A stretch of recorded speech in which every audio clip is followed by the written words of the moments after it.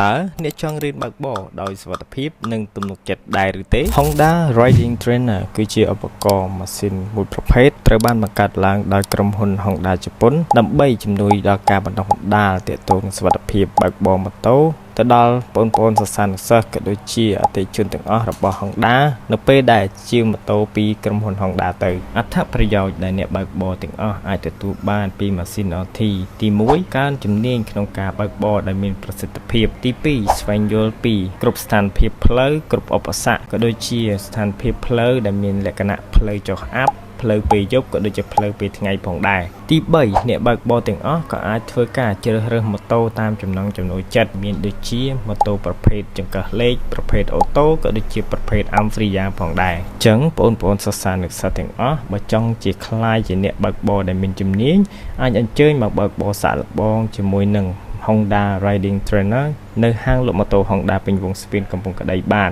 ដើម្បីបង្កើនជំនាញបើកបរក៏ដូចជាបង្ការគ្រោះថ្នាក់ចរាចរណ៍នៅក្នុងប្រទេសកម្ពុជាយើងផងដែរ